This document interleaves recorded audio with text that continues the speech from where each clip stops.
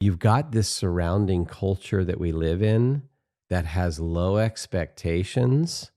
And so there's probably a lot of parents around us that, hey, it's no problem if I'm still completely supporting my kid financially when they're 22, 23, 24, and living at home. Mm-hmm.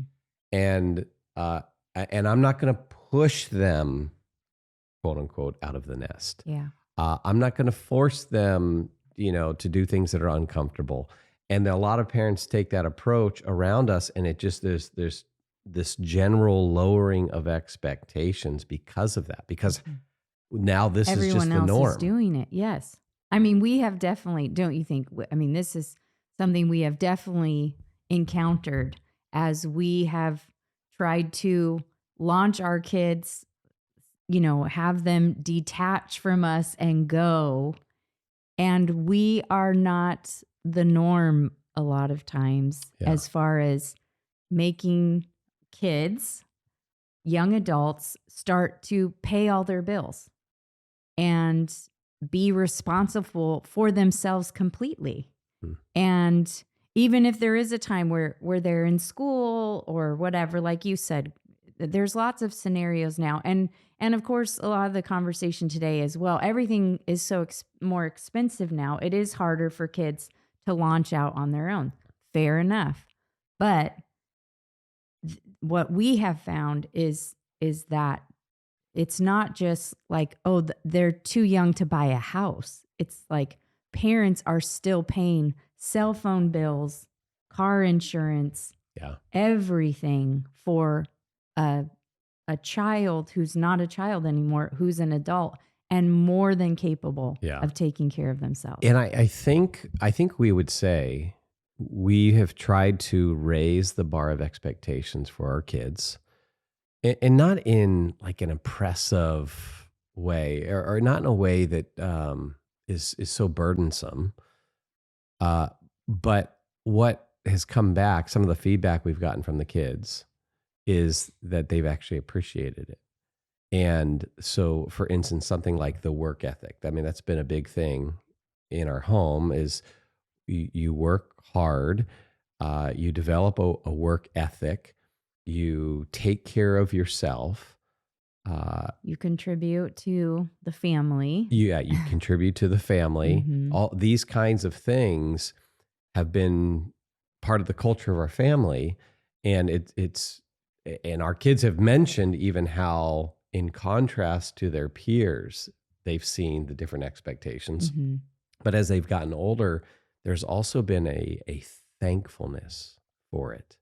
And I want to get that out there, because it's the kind of thing where, and when we talk about this concept a lot on the podcast, as a parent, you're often sowing, and some of the reaping doesn't come till down the line. Mm-hmm. And I think on this, developing responsibility, taking care of yourself, considering others, all that good stuff, becoming an adult, there's just a lot of sowing, and some of the reaping won't be reaped till later on, right? Some of that fruit doesn't get harvested till later on. Mm-hmm. But we've been able to see in our kids a thankfulness, Mm-hmm. even to where the kids have expressed a thankfulness for the work ethic we instilled in them. Which And I almost fall out of my chair when that happens. When our adult kids, when they like utter the words, "We're so glad you guys made us do chores." Oh, I mean, yeah. you're just like, you're going to fall out of your chair because you're thinking, do you know how much battling I had to do with you? But it's true. And especially I think with this generation, this young generation now, where there is a lot more attention to self, and work ethic is all about you. So it's like, if you don't want to show up for work early, then you're not going to show up for work. Yeah. Everything's about you. That they are noticing what is normal for other people their age. They don't see that as normal. Yeah. And so you're setting up your kid, you're preparing them, is a better way to put it, for some healthy success. Yes.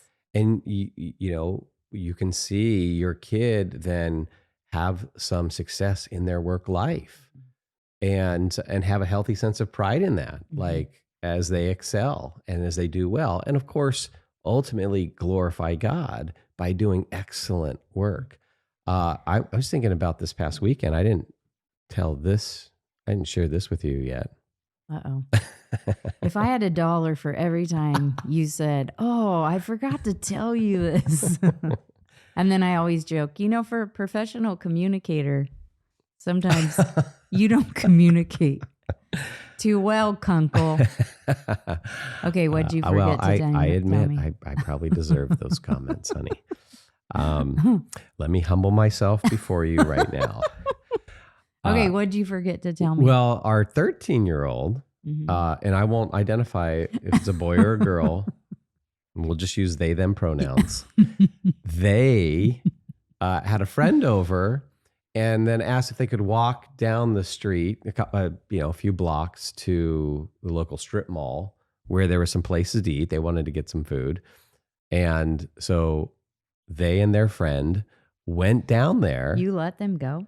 I did. Of course, I let them Just kidding. go. You didn't drive them? You I made didn't. them walk? I made them walk. I mean, it probably was a good, 5 football fields away.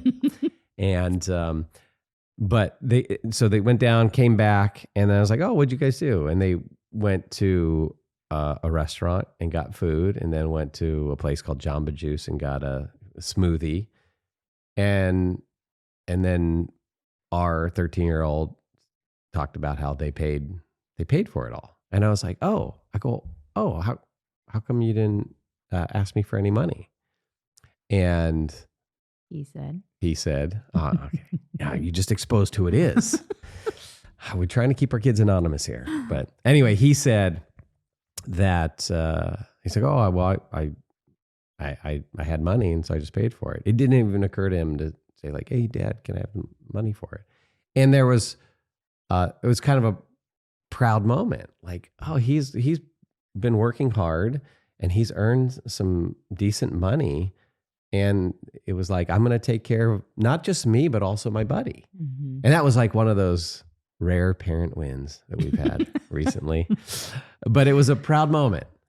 And and uh it was and it was good for him. It was just good that he had that Mhm. view. There was a lack of selfishness there. Mhm. And but there was also, I think, a healthy sense of pride in him of Being able to do that. yeah, being able to do Mhm. that.